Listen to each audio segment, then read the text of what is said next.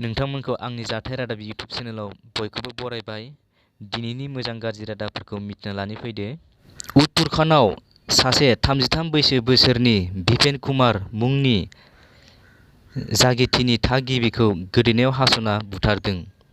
दायो पुलिसआ बिनि गोथै सह'खौ पस्टमर्टम खालामनो हरदों आरो जाय मानसिया बिपेन कुमारखौ सिरियै बुथारखुमादों एबा गोदोनायाव हास'ना बुथारदोंमोन बिनि हेंथायै पुलिसआ केस रेजिस्टार खालामबाय आरो दायो पुलिसआ बे मानसिखौ नागिरगासिनो।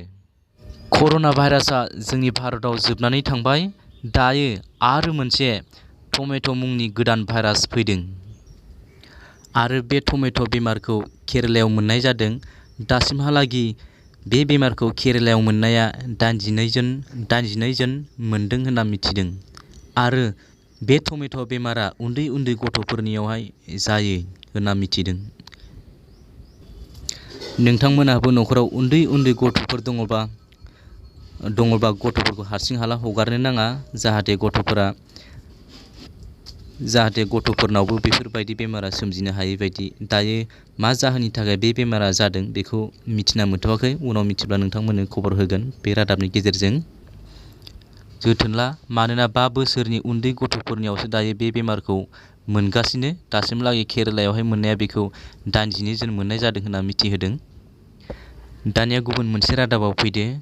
आसाम राइफल आरो मणिपुर पुलिसआ ज' लोगो नांना म्यानमारनि सासे थागिबिखौ खानानबिंआव हमदों आरो बेजों लोगोसे गंनै 9mm पिस्तल आरो 41 लाइभ राउन्डस, गंसे आरो गंब्रै मबाइल फन आरो गंसे रेडिअ' सेट हमना मोनफादों। दानिया फैदो मोनसे गुबुन रादाबाव। दिल्लीनि जन्त्र मन्त्रआव GSTनि दाम बारायनाय आरो साख्रि मोननाय मोनैफोरखौ लाना आरो जानाय लोंनाय मुवा बेसादफोरनि दाम बारायनायखौ लानानै गोबां मानसिफोरा जांख्रिखांदों। बे जांख्रिखांनायखौ पुलिसफोरा होबथादों। बे जांख्रिखांनायाव गोबां मानसिफोरा जखम मोनदों, बुजादों आरो सोरबा हस्पिटालाव थांनो गोनां जादों आरो बे दाबि दैखांनायाव आबादारिनि अनगायै फरायसुलिफोराबो जांख्रिखांदोंमोन। दानिया फैदो आरो मोनसे गुबुन रादाबाव। रासिया फर्सआ आइएसनि सासे सुसाइड बम्बारखौ हमदों। रासिया फर्सआ बम्बार सुसाइड होग्रा मानसिनाव सोंना मोननाय बायदिब्ला बियो भारत हादराव थांना पार्टीनि दैदेनग्रा एबा सरकार सालायग्रा गिदिर गोलावखौ बुथारगौमोन होनना मिथिहोदों आरो रासिया फर्सआ सोंना मोननाय बायदिब्ला 2022 आव बे टेररिस्टआ तुर्कीयाव टेरलिं लादोंमोन होनना रासिया फर्सआ मिथिहोदों। दानिया नेक्स्टआव फैदो। उत्तराखन्डनि नयदायाव थानाय सासे भाबेया रय मुंनि आइजोआ सासे समाजनि सिकिउरिटिखौ मान सनमान गैयालासे गाज्रि रावजों रायदोंमोन आरो बे रायनाय भिडिअ'खौहाय रेकर्ड खालामनानै ससियेल मिडियाआव हगारदोंमोन आरो बे भिडिअ'आ गोबां भाइरेल जादोंमोन। दायो सिकिउरिटि गार्डनि कमप्लेइन होनायाव पुलिसआ मोनसे केस रेजिस्टार खालामना बिखौ दायो भाबेया रायखौ पुलिसआ आरेस्ट खालामबाय आरो जेलाव 14 दिननि थाखाय दैथायहरबाय होनना मिथिहोदों।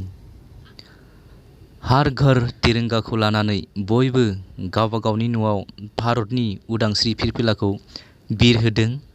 नाथाय नोंथांमोना नुनो मोनदों जोंनि भारतनि फिरफिलाया गोजा गाबा गोजौआव थायोना गाहायाव थायो। माखासे सुबुंफोरा मिथिया जेब्लायबो जोंनि भारतनि उदांस्रि फिरफिलाया गोजा गाबा गोजौआव थायो। बे सावगारियाव नुनो मोनदों बिथांमोना जोंनि भारत हादरनि फिरफिलाखौ गोथांखौ गोजौआव दोनदों आरो गोजाखौ गाहायाव दोनदों। गोजाया गोजौआव थानांगौमोन नाथाय गोथाङासो गाहायाव थानांगौमोनथ'। गोबां मानसिया मिथिया बे फिरफिलाखौ माबोरै आलायनांगौ। नोंथांमोनाबो दायो बे भिडिअ'आ गोबां 15 आगस्टनिफ्राय लानानै दिनैसिम गोबां फेसबुकनि गेजेरजों ससियेल मिडियानि गेजेरजों भाइरेल जागासिनो। नोंथांमोनाबो बेफोरबायदि दाजा। बेखौ गोसोआव लाखिदि जोंनि भारतनि फिरफिलाया जेब्लायबो गोजा गाबा गोजौआव थायो। बेखौ नोंथांमोननो आं मिथिहोयो। दाना फैदों मोनसे गुबुन रादाबाव। जोंनि भारत हादरनि जम्मु काश्मीराव दिनै हरनि 2:20 3.9 मेगनिटिउडनि मोनसे बांग्रिं फैदोंमोन। दायो बे बांग्रिंजोंहाय रावनिबो जेबो खहा एबा रावनिबो जिउ खहा जायाखै होनना मिथिनो मोन्दों। स' लोगोफोर, दिनैनि जाथाय रादाबा एसेनोसै। नोंथांमोना बे जाथाय रादाबा गोदानबा बे जाथाय रादाब इउटुब चेनेलखौ साबस्क्राइब खालामना ला, मानोना नोंथाङा बे जाथाय रादाबनि गेजेरजों बेबायदि हादरनि मोजां गाज्रि जाथायफोरखौ नुबाय थानो मोनगोन। बिदिब्ला एसेनोसै। Thank you for वाचिं।